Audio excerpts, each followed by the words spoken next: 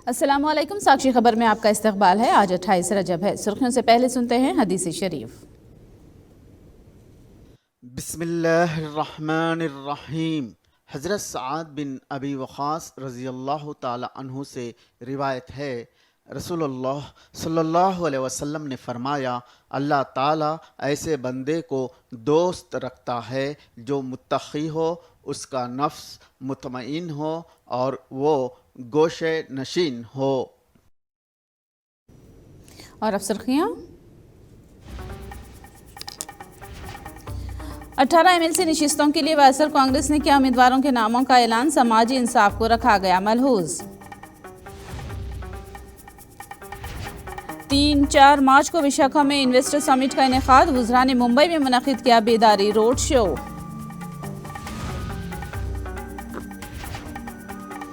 गौडसे के नजरियाकारों ने हमला किया है, अवैसी का इल्जाम। कहा वो हरगिज घबराने वाले नहीं। अमिताभ बच्चन के रिश्तेदार को धोखा देने का इल्जाम। संध्या कन्वेंशन के MD श्रीधर गिरफ्तार। पुलिस ने अदालत में किया पेश।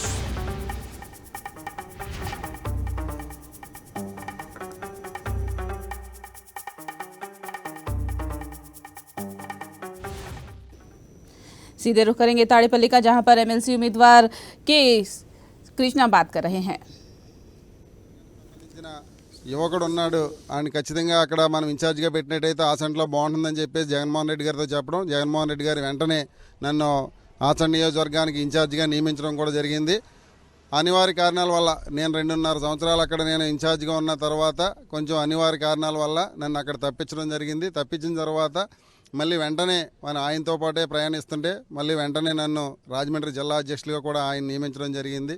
మరి ఇంకా దేవుడి దయ వల్ల, ఈ రాష్ట్ర ప్రజల దయ వల్ల జగన్మోహన్ రెడ్డి గారు ముఖ్యమంత్రి అవటం, మరి ముఖ్యమంత్రి అయిన తర్వాత నేనైతే ఇది ఇంకా నా పూర్వజన్మ సుకృతంగానే నేను భావిస్తాను. ఎందుకంటే జగన్మోహన్ రెడ్డి గారు వారి సొంత కుటుంబంలో ఒక సభ్యుల్లా నన్ను మరి ఆదరిస్తూ ముందుకు నడిపిస్తున్నందుకు ఆయనకి నేను మరి జీవితాంతం కూడా రుణపడి ఉంటానని చెప్పేసి నేను కానివ్వండి, నా కుటుంబం కానీ జీవితాంతం రుణపడి ఉంటానని ఈ సందర్భంగా నేను తెలియజేస్తున్నా.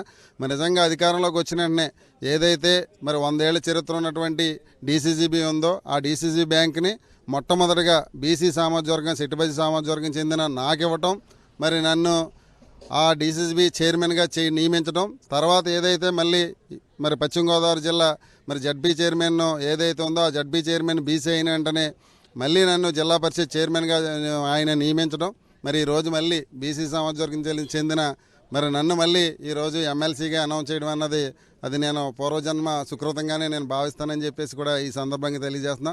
ఇంకా ఏమి ఇచ్చినా కానీ నేను ఆయన రుణం తీర్చుకోలేను. నేను బతుకున్నంతకాలం జగన్మోహన్ రెడ్డి గారితో నడుస్తానని చెప్పేసి కూడా ఈ సందర్భంగా తెలియజేస్తున్నాను. ఓవరాల్గా చూస్తే కనుక 18 స్థానాల్లో 11 బీసీలకు ఇవ్వడం జరిగింది, 2 ఎస్సీలకు ఇవ్వడం జరిగింది, 1 ఎస్టీకి ఇవ్వడం జరిగింది. అంటే బీసీ, ఎస్సీ, ఎస్టీలకు దాదాపుగా 14 స్థానాలు ఇవ్వడం జరిగింది. ఎలా చూస్తారు అంటే మంత్రివర్గం అంటే అధికారంలోకి వచ్చిన దగ్గర నుంచి మొట్టమొదట క్యాబినెట్ కూర్పు నుంచి ఇప్పటివరకు చూస్తే కనుక దాదాపుగా 60 నుంచి 80% పదవులను బీసీ, ఎస్సీ, ఎస్టీ, మైనార్టీలకు పెంచుకుంటూ వెళ్తున్నారు. దేశంలో ఏ రాష్ట్రంలో లేని విధంగా సామాజిక విప్లవం ఏపీలో అమలవుతుంది. ఎలా అనిపిస్తుంది మీకు? వాస్తవానికి నిజంగానే మరి నిజంగా ఏదైతే ఈ మన ఎమ్మెల్యేకి సంబంధించిన ఎలక్షన్లు కానివ్వండి, లేకపోతే ఎంపీటీసీలకు సంబంధించిన ఎలక్షన్లు కానివ్వండి, సర్పంచ్ సంబంధించిన ఎలక్షన్లు కానివ్వండి, గతంలో మనం ఏదైతే స్థానిక సంస్థలు ఏర్పడిన దగ్గర నుంచి కూడా మా ఉదాహరణకి బీసీలు కానీ, ఎస్సీలు కానీ, సామాజిక వర్గానికి చెందిన వాళ్ళు మరి ఏదన్నా పదవి చేయాలంటే వెనకాల ఆర్థిక స్తోమత లేక చాలా ఇబ్బంది పడే పరిస్థితి మన అందరం కూడా చూస్తున్నాం. నిజంగా ఎవరన్నా ఉదాహరణకి ఒక సెట్టిబెల్లి సామాజికం చెందిన మాకు సంబంధించిన కులాల వారిని ఒకసారి తీసుకున్నట్లయితే ఎవరన్నా ఎదురుకు రావాలంటే ఫైనాన్షియల్గా మనం తట్టుకోలేమన్న పరిస్థితితో వెనక్కి వెళ్ళిపోయే పరిస్థితి. కానీ ఈరోజు గతంలో దివంగత నేత వైఎస్ రాజశేఖర రెడ్డి గారి హయాంలో బీసీలకి ఏ విధంగా ప్రాధాన్యత ఇవ్వాలో వాళ్ళని ఏ విధంగా ముందుకు తీసుకెళ్లాలన్నది గతంలో ఆయన చూపించడం జరిగింది. ఉదాహరణకి హయాంలోనే పీతాని సత్యనారాయణ గారు కానివ్వండి, పిల్లి సుభాష్ చంద్రబోస్ గారు కానివ్వండి, అదేవిధంగా చలబోని వేణు గారు కానివ్వండి, ఇలాగా మనం లెక్కేసుకున్నట్లయితే వాళ్ళని ఏ విధంగా ముందుకు తీసుకొచ్చి బీసీ సామాజిక వర్గానికి ప్రత్యేక స్థానం కల్పించాలని ఆ రోజు దివంగత నేత వైఎస్ రాజశేఖర రెడ్డి గారు ఆలోచించారో ఈరోజు మన ముఖ్యమంత్రి జగన్మోహన్ రెడ్డి గారు బీసీలు, ఎస్సీలు, ఎస్టీలు, మైనార్టీలకి ప్రత్యేకమైన స్థానం కల్పించాలి, ఖచ్చితంగా వాళ్ళని ముందుకు తీసుకెళ్లాలన్న ఆలోచన తపంతోటి ఈ రోజు మన ముఖ్యమంత్రి జగన్మోహన్ రెడ్డి గారు పరిపాలన చేయడం కూడా మన అందరం కూడా చూస్తున్నాం. ఎందుకంటే మన క్యాబినెట్ విషయంలో కానివ్వండి, అదేవిధంగా మరి ఏదైతే చైర్మన్ పదవులు ఉన్నాయో చైర్మన్లు కానీ లేదా డైరెక్టర్లు కానీ ఎంపీడీసీలు సర్పంచ్లు ఇవన్నీ లెక్కేసుకుంటే ఈరోజు మరి వేలాది కొద్ది ఈరోజు బీసీ ఎస్సీ ఎస్టీ మైనార్టీ సామాజిక వర్గాల పదవుల్లో ఉన్నారంటే దాన్ని బట్టి ఆలోచించుకోవచ్చు మరి మన ముఖ్యమంత్రి జగన్మోహన్ రెడ్డి గారు ఏ విధంగా ముందుకెళ్తున్నారన్నది. ఓకే, మొత్తంగా చూస్తే కనుక చాలా సంతోషం అయితే కౌరు శ్రీనివాస్ వ్యక్తం చేస్తున్నారు. ఎందుకంటే మొట్టమొదటిసారి ఆయన 2019లో టికెట్ విషయంలో చివరి నిమిషంలో ఆయనకి అవకాశం దక్కలేదు. ఈ నేపథ్యంలోనే ముఖ్యమంత్రి జగన్మోహన్ రెడ్డి అప్పుడు ఇచ్చిన హామీ మేరకు అప్పట్లోనే ఆయనకి జడ్పీ చైర్మన్కి అవకాశం ఇవ్వడం జరిగింది. ఆ తర్వాత ఆయన బీసీ సామాజిక వర్గానికి సంబంధించిన నేతగా జిల్లాలో పనిచేస్తూ వచ్చారు. ఈ నేపథ్యంలోనే జడ్పీ చైర్మన్గా పనిచేస్తూనే అవకాశం వచ్చిన దాన్ని వినియోగించుకుంటూనే పార్టీ బలోపేతంగా కృషి చేయడం జరిగింది. ఈ నేపథ్యంలోనే ఇప్పుడు ఇచ్చిన హామీ మేరకు ఆయనకి గతంలో ఏదైతే పాదయాత్ర సమయంలో హామీ ఇవ్వడం జరిగిందో ఆ హామీని ముఖ్యమంత్రి నిలబెట్టుకుంటూ ఈ రోజు ఆయనకి ఎమ్మెల్సీ అవకాశం ఇవ్వడం జరిగింది. ఈ నేపథ్యంలోనే ఎమ్మెల్సీగా అవకాశం దక్కడం పూర్వజన్మ సుకృతం. ముఖ్యమంత్రి వై జగన్మోహన్ రెడ్డికి ఎప్పటికీ రుణపడి ఉంటారనేది కౌరు శ్రీనివాస్ చెప్తున్నారు. వీడియో జర్నలిస్ట్ సత్యవత కలిసి నాయకరావు, సాక్షి టీవీ, సీఎం క్యాంప్ कार्यालय నుంచి తాడేపల్లి. एपी में 18 एमएलसी निशिस्तों के लिए वाईएसआर कांग्रेस पार्टी ने उम्मीदवारों के नामों का ऐलान किया है। Party general secretary S Ramakrishna Reddy ने प्रेस कॉन्फ्रेंस के दौरान कहा कि पार्टी ने उम्मीदवारों की फहरिस्त में समाज इंसाफ को पेश नजर रखा है और तमाम तबकात के साथ इंसाफ किया गया है। एसटी को 1, ओसी को 4, बीसी को 11 और एससी तबकात से 2 को उम्मीदवार बनाया गया है। इन निशिस्तों में मजालिस मुकामी, गवर्नर कोटा और एमएलए कोटा की एमएलसी निशिस्तें शामिल हैं, जिसकी तफसील एस रामाकृष्ण रेड्डी ने बताई।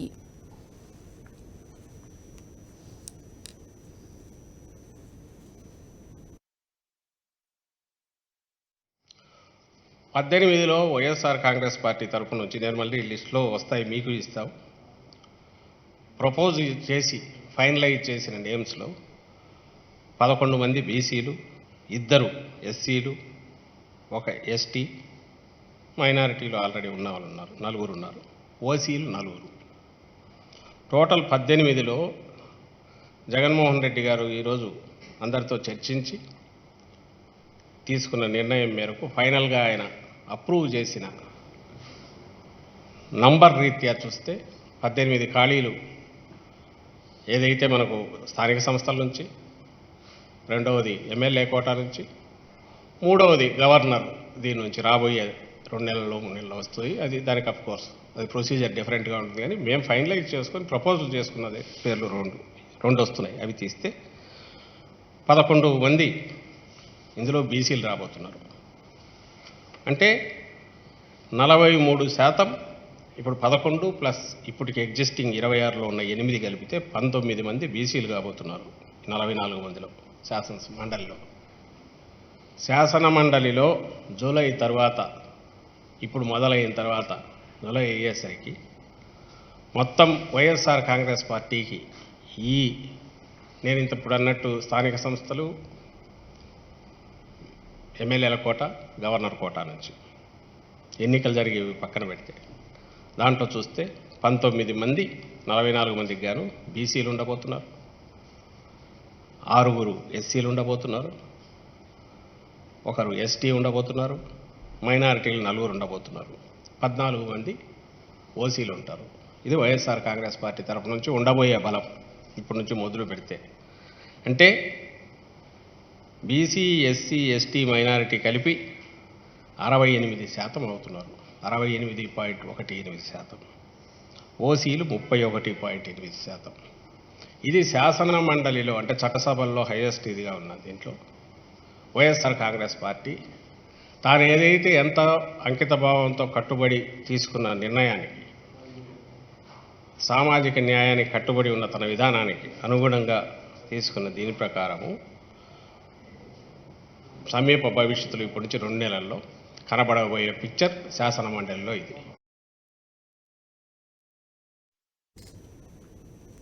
3 और 4 मार्च को विशाखा में मुनक़िद होने वाली एपी ग्लोबल इन्वेस्टमेंट समिट को कामयाब बनाने के लिए हुकूमत की जानिब से तमाम दरकार इक़दाम किए जा रहे हैं।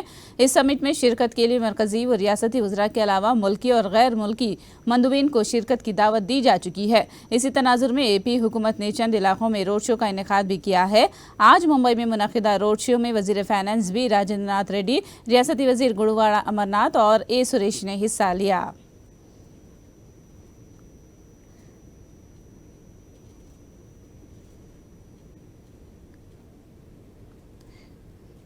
पुराने शहर के चंद्रायनगुट्टा में नकली नोटों की गैंग को पुलिस ने पकड़ लिया है। पुराने शहर के एक घर में south zone task force police ने धावा किया। धावों के दौरान 27 लाख रुपए की नकली नोट्स और एक प्रिंटर बरामद कर लिया गया। पुलिस ने केस दर्ज करके जाए वारदात से 2 नौजवानों को गिरफ्तार कर लिया।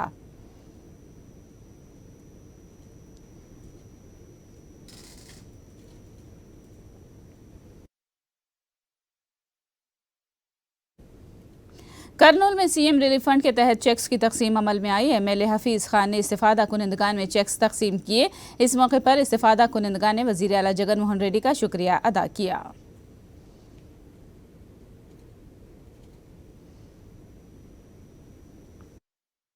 वजीर आला केसीआर को तेलंगाना बीजेपी सदर बंडी संजय ने एक बार फिर चैलेंज किया है।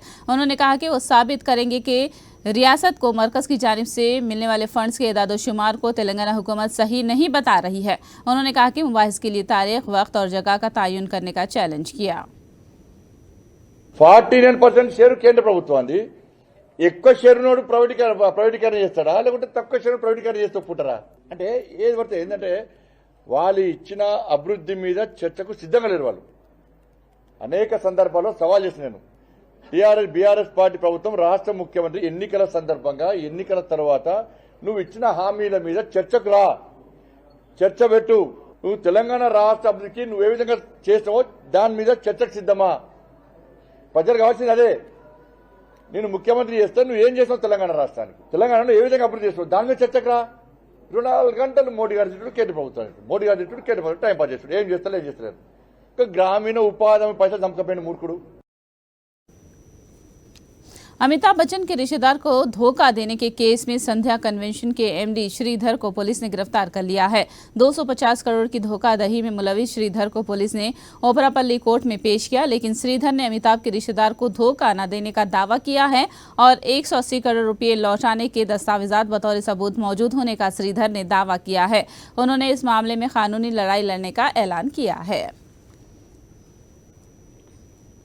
दिल्ली में वाक़ असदुद्दीन अवैसी के क़यामगाह पर फिर एक मरतबा हमला हुआ है। असदुद्दीन अवैसी ने अपने ट्वीट के जरिए उनकी दिल्ली में वाक़ क़यामगाह पर हमले की इत्तला दी। अवैसी ने बताया कि 2014 के बाद से उनके घर पर ये चौथा हमला है। अवैसी ने बताया कि शरपसंदों ने उनके घर पर पथराव किया, जिससे उनकी खिड़कियों के शीशे टूट गए हैं। असद अवैसी जयपुर में जलसे से खिताब के बाद अपने घर वापस लौटे तो उनके मुलाजिमीन ने हमले के बारे में इत्तला दी। मजलिस के सदर असद अवैसी ने इल्ज़ाम लगाया कि हमला करने वालों को सियासी सरपरस्ती हासिल है।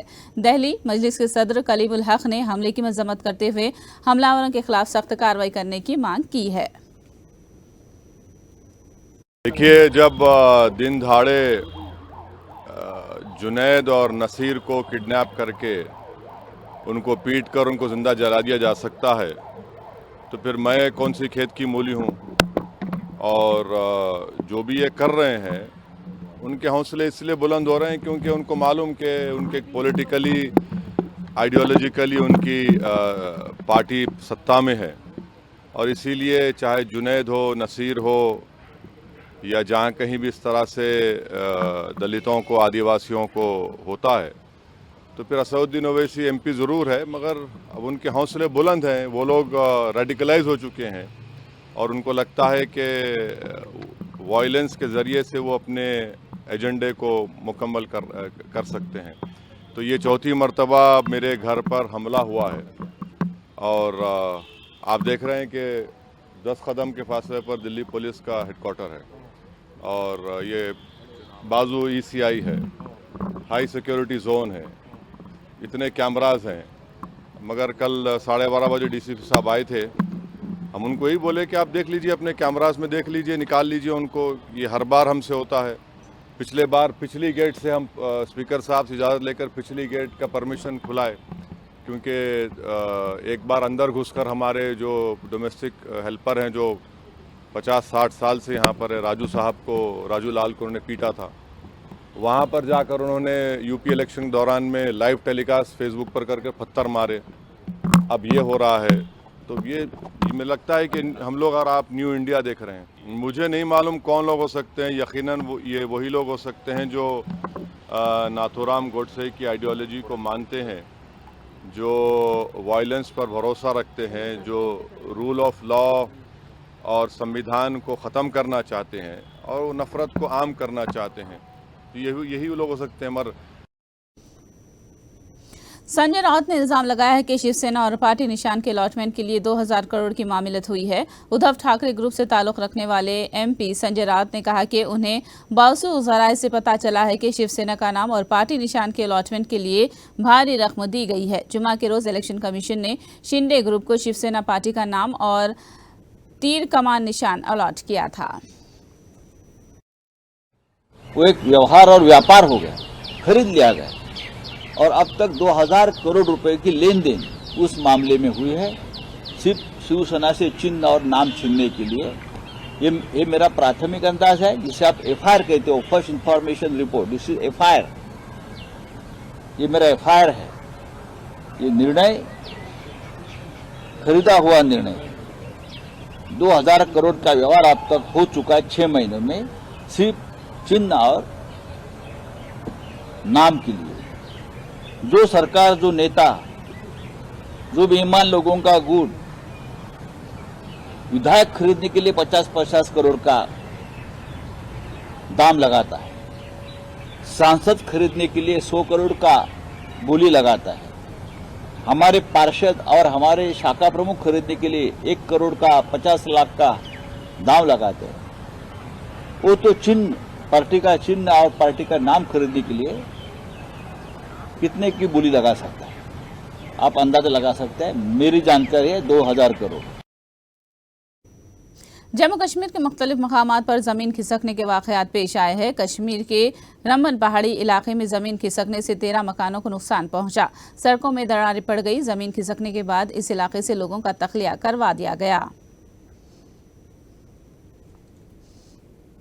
कश्मीर के सोनामर्ग में बर्फबारी के दौरान जमीन खिसकने के वाकयात पेश आए हैं। जमीन खिसकने से 9 मकान, 4 दुकानों वगैरह को नुकसान पहुंचा है।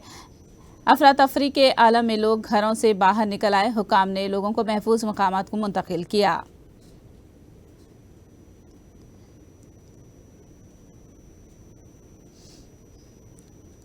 तुर्की के ज़लज़ला मुतासरीन की मदद करने के बाद हिंदुस्तान की इमदादी टीम वतन वापस लौटी। फौजी जवानों, एनडीआरएफ और तिब्बी अमले पर मुश्तमिल टीम ने तुर्की के ज़लज़ला मुतासरा इलाकों में राहत, बचाव और इमदाद के कामों में हिस्सा लिया था। हिंदुस्तान ने इमदादी टीम के साथ साजो सामान और दवाइयाँ भी रवाना की थी। आखिर में सुर्खियां एक बार फिर। 18 एमएलसी नशिस्तों के लिए वायएसआर कांग्रेस ने किया उम्मीदवारों के नामों का ऐलान। समाज इंसाफ को रखा गया मलहूज। 3-4 मार्च को विशाखा में इन्वेस्टर समिट का इनेकाद। वुज़रा ने मुंबई में मुनक़िद किया बेदारी रोड शो। गोडसे के नजरियाकारों ने हमला किया है। अवैसी का इल्जाम, कहा वो हरगिज घबराने वाले नहीं। अमिताभ बच्चन के रिश्तेदार को धोखा देने का इल्जाम। संध्या कन्वेंशन के एमडी श्रीधर गिरफ्तार, पुलिस ने अदालत में किया पेश।